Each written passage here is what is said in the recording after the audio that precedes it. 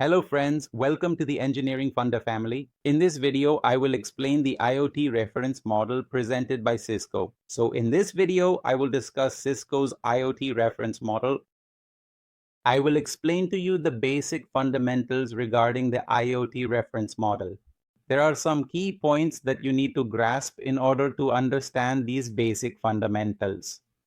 An IoT system has multiple layers, so the design of an IoT system is hierarchical. That means an IoT system has multiple levels. Each level explains different functionalities and components of the IoT network. At every layer or level, there are different functionalities and various important components of the IoT network present.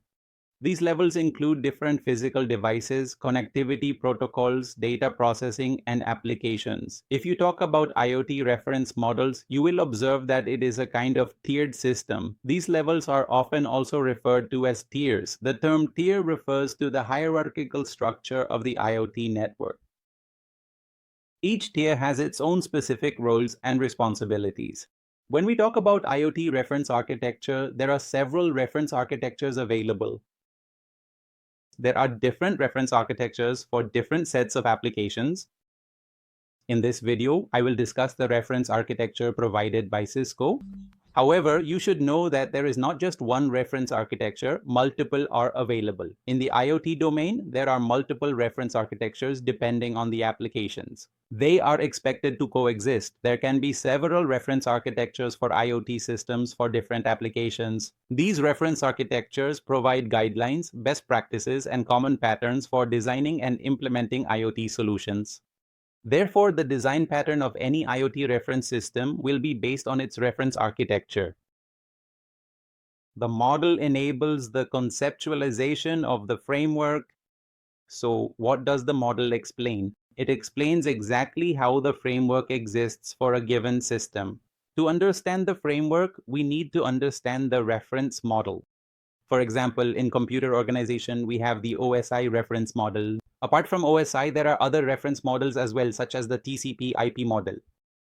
But we say that a reference model explains exactly how a computer system functions. Similarly, in an IoT system, there can also be multiple reference models that explain the framework of a given system.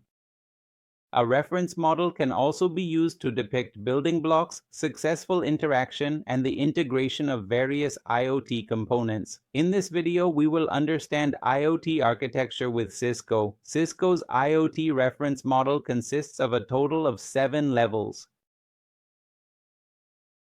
I will explain each level in great detail. Let's see how CISCO's model is structured for the IoT reference model.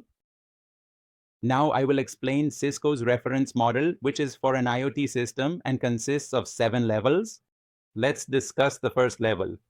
Level 1 includes physical devices and controllers, which are also called things in IoT. When it comes to physical devices and controllers, you can consider this as an embedded system with microcontrollers or microprocessors. Along with this, we will also interface sensors, actuators, and machines. Through these, we will sense physical data, and with the help of actuators, we will also provide a physical response. All of this comes under the first level. When you talk about level 2, it includes connectivity. Connectivity is present for communication and processing units. When we talk about connectivity, we can have multiple connectivity protocols. How end devices communicate can happen through various protocols such as Bluetooth, Wi-Fi, cellular networks, and also involves connectivity with gateways and routers. In this way, connectivity ensures how devices communicate within the entire IoT system. Level 3 includes edge computing. In edge computing, we perform data element analysis and transformation. Let's try to understand this with a bit more clarity.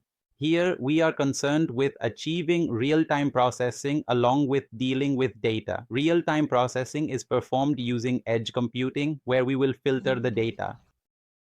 When it comes to an IoT ecosystem that has millions of nodes, meaning millions of physical devices, then obviously there will be millions of sensors and millions of actuators as well. You will gather data using sensors. Out of such a large volume of data, you will need to filter and select the meaningful data. To reduce high latency, we need to perform real-time processing and filter the data. Real-time processing, data filtering, and reducing latency are major tasks of edge computing.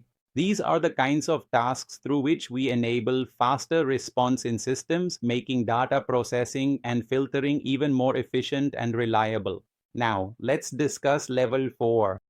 The fourth level involves data storage, or you could say data accumulation. Here, you will store large amounts of data locally or on cloud. This data storage is often based on the data sensed by the sensors. This storage can be local or on the cloud as well. We can store data on the cloud, and for some applications, we can also store data locally. So, for storage, a large amount of data will be gathered, which can be stored locally or on the cloud. Now let's discuss level 5. This is data abstraction. Here, we perform aggregation and access of data. You have a massive amount of data in the IoT ecosystem.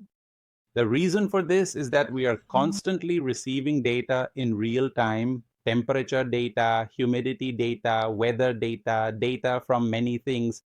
Therefore, data aggregation and access is very essential. Why? Because we need to sort the data. So first, the data is sorted. Only after that is meaningful access to the data possible. Otherwise, if you try to access all the data at once, your response will become slow. So you have to sort the data and identify the meaningful data.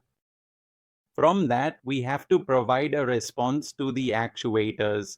So data sorting, data aggregation, and easier meaningful data access are the major tasks that are performed at the data abstraction level. Now, at level 6, we have the application. When we talk about applications, we mainly focus on software applications, and these software applications can be managed at the internet level. To manage that at the internet level, we have various algorithms. These algorithms can be managed through big data analytics, machine learning, or artificial intelligence, such as for data processing and analysis. Through these algorithms, we control the application. Here, our major focus is on software applications, and the optimization of these software applications is done using various available technologies such as machine learning, deep learning, artificial intelligence, and big data analytics. These are the current technologies that are used to optimize our applications. At the application level here, reporting, analysis, and control of the application are carried out. Our major focus is on software applications through which we control the entire application. At the 7th level, we have collaboration and process. Here we are involving people. The reason for this is that ultimately people will be the ones using this application. That is why it is very essential to involve people. Once you involve people, you can run the business properly. That is why collaboration is necessary. If you collaborate with companies, even more people will be involved. And as more people get involved, the application provides more meaningful insights and meaningful access for people. If a lot of people are accessing a particular application, then that application can definitely grow in the future. If there are no people, then obviously nobody will use it. That is why human-centered workflows and business collaboration come at the 7th level. In this way, the 7 levels are structured in CISCO's IoT Reference Model. This is a reference model that nowadays many industries are using for IoT applications. I really truly hope you enjoyed this video. Thank you so much for watching this video.